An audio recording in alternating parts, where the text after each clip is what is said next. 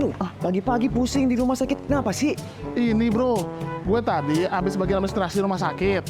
Ternyata katanya data bini gue ada yang salah. Kalau gue mesti ngurus ke BPJS, gak ada waktu bro. Ya elah bro, sekarang itu udah ada petugas BPJS 1 sama petugas PIPPRS. Oh, apaan tuh? Ya elah, udah ikut gua aja. Oh, gua anterin sama mbaknya.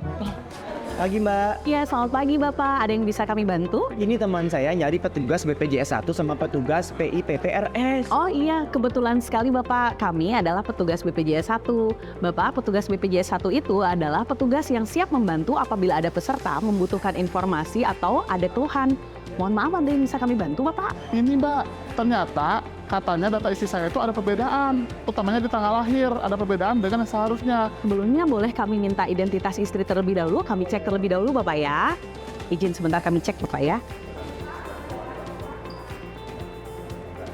Oh iya Bapak, ternyata setelah kami cek datanya memang benar ada perbedaan identitas untuk nama dan tanggal lahir istri Bapak. Mohon ditunggu Bapak, kami koordinasikan ke pihak rumah sakit. Untuk petugas PPPRS-nya nanti yang memberikan informasi Bapak ya. Baik, selamat pagi Bapak. Jadi ini kendalanya sedang kami perbaiki. Bapak silakan langsung menunggu di poli. Terima kasih ya mbak. Wah, sekarang ternyata gampang ya Om ya. Kalau kita ada kendala di rumah sakit, kita bisa menghubungi petugas BPJS 1 sama PIPPRS.